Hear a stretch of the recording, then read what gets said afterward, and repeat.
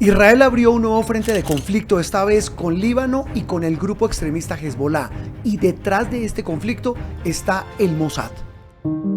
El temible grupo de inteligencia israelí. ¿Cuál es su método? Vamos a mirar a la historia para descifrar qué hay detrás de este grupo israelí que muchos temen y muy pocos conocen. Desde la coyuntura de las noticias nos devolvemos en el tiempo. Esto es Memorias del Mundo, un video podcast disponible en YouTube y en todas las plataformas de audio. Teresita, uno viendo lo que pasó en las últimas semanas, en los últimos días en Líbano, con beepers, esos buscapersonas que yo pensé que ya se habían acabado, con walkie-talkies, radioteléfonos, y una cosa que parece como de película, que los hacen estallar, que la policía secreta israelí lo hizo para atacar blancos de este grupo extremista Hezbollah. Se pone uno a pensar de dónde viene esa Mossad, ¿qué es el Mossad? Mossad técnicamente quiere decir el Instituto de Inteligencia y Operaciones Especiales. En corto, Instituto. Mossad traduce Instituto de Israel. Ese viene de hace muchísimos años. Desde antes que existiera el Estado de Israel, de alguna manera, ya existían estos agencias de inteligencia, estos cuerpos que espiaban a la gente. A ver si le entiendo. Antes de que existiera el Estado israelí, ¿existía el Mossad? Existía una cosa que se llamaba Hagana. La Hagana era una policía secreta encargada desde finales del siglo XIX de mover temas en lo que hoy en día es Israel. En ese momento era un mandato británico en Palestina. ¿Y qué es lo que ellos querían? Que lo que no se pudieran comprar, querían traer muchos judíos a la zona y querían comprar el territorio como cualquier persona que va y compra y empieza a establecerse. Eso con plata de los Rothschild. Cuando vieron que no iban a llegar a comprarse todo el territorio, literalmente, tenían abajo esta gente la Hagana, que hacía toda clase de operaciones encubiertas, clandestinas y de presión para obligar a los británicos a aceptar a más y más judíos. Llegaron hasta en su momento a ponerle una bomba en el Hotel Rey David en Jerusalén a los británicos, y era la Hagana, que después se convierte en el Mossad cuando se crea el Estado. ¿Dónde nace esa doctrina, digamos, y esa capacidad enorme de hacer inteligencia? Porque hasta donde yo tengo entendido, muchos organismos de inteligencia del mundo, Teresita, aplican en buena medida las doctrinas que aplica el Mossad israelí.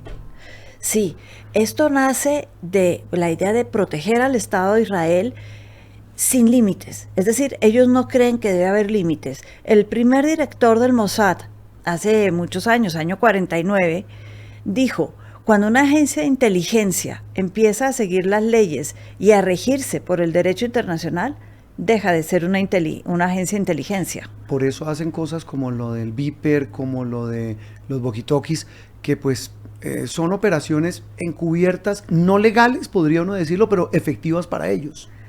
A cualquier precio tienen que llegar al objetivo de defender el Estado de Israel, y la legalidad queda de lado cuando se trata de la protección del Estado de Israel, y así lo dicen ellos. Aquí es con todas, el fin justifica los medios. Todo vale.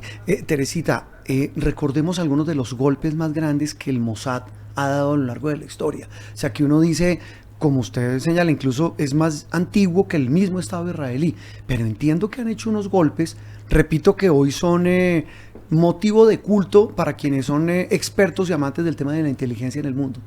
Empiezo con uno no tan conocido, pero que fue el que realmente los acercó a la CIA. Y es muy importante por eso. La CIA los veía con cierto recelo, a ver, ¿será que sí son tan buenos como dicen serlo? Sí. Son muy locales, se dedican solo a Israel. Pero en algún momento dado, Khrushchev, en un congreso de los soviéticos, dio un discurso de 4 horas en el que por primera vez hizo público todo lo que Stalin había hecho en la vida, todo lo malo, las hambrunas en Ucrania, todo lo puso al descubierto, desclasificó a Stalin.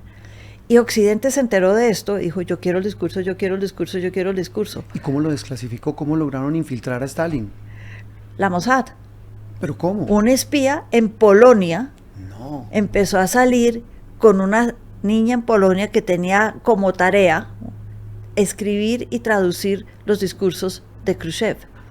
Y un buen día se encontró el discurso que estaban buscando de Khrushchev de las 4 horas de Stalin, y rápidamente lo llevó a la embajada israelita, lo fotocopiaron y en menos de 4 horas lo devolvió. La novia feliz no se dio cuenta y se hizo público a los 3 días. Esto parece de película. Cuando no había herramientas tecnológicas sofisticadas, si le estoy entendiendo, el tema es lo que en el argot de inteligencia llaman correos humanos. A eso se dedicaba el Mossad. Correos humanos, pero lo de tecnología siempre les ha gustado. Ah, no, claro. Lo de los Vipers no es la primera vez. En París, cuando, hablando de operaciones famosas... ¿Ya los habían usado? No tanto los Vipers, pero algo muy parecido.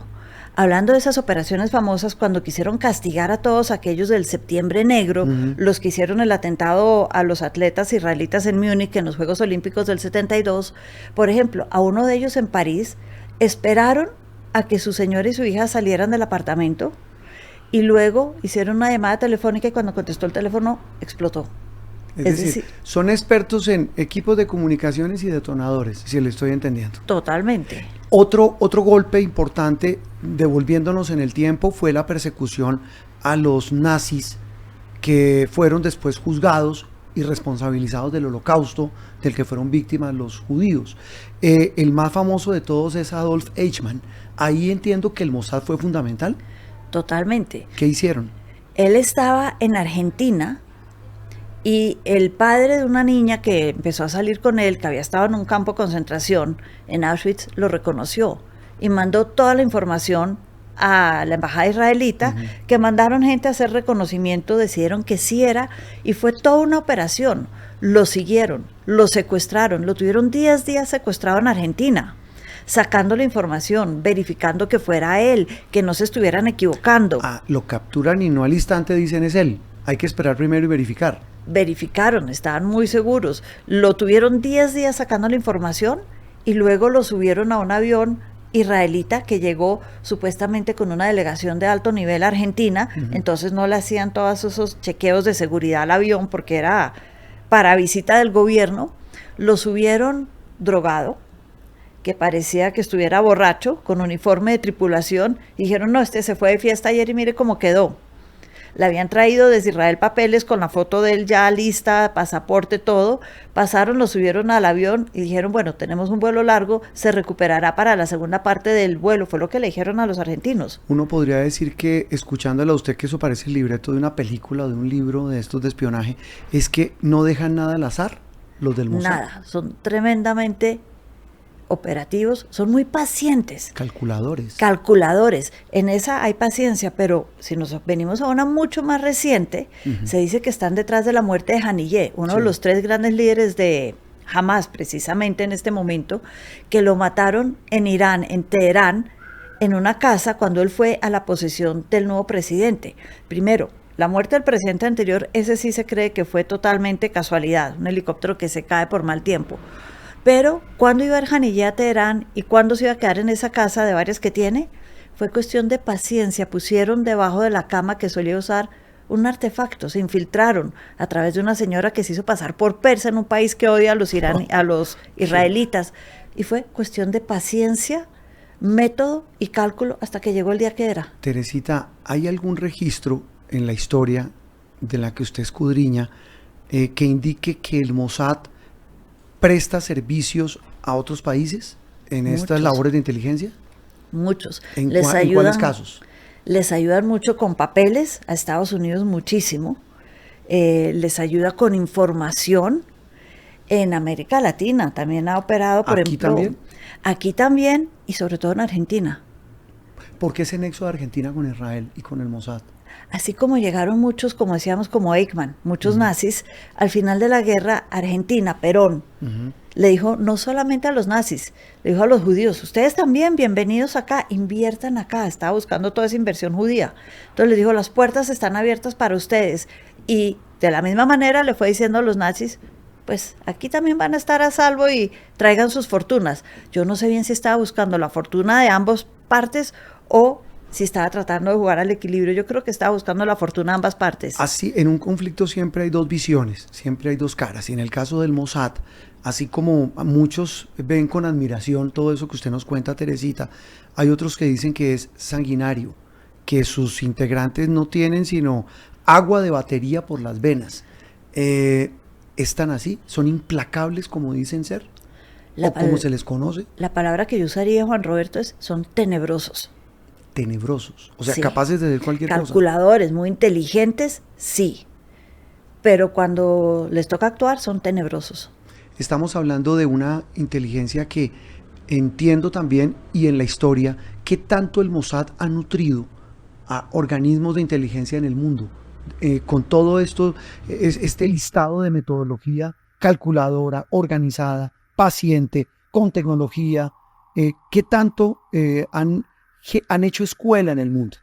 Más allá de darles información e inteligencia, capacitan a gente en la CIA, MI6 de Gran Bretaña, con ellos son muy cercanos y hacen talleres de capacitación, entrenamiento juntos y también con otros ejércitos a lo largo y ancho del planeta. Teresita, porque las noticias también tienen historia, esto es Memorias del Mundo, un video podcast disponible en YouTube y en todas las plataformas de audio. Boom.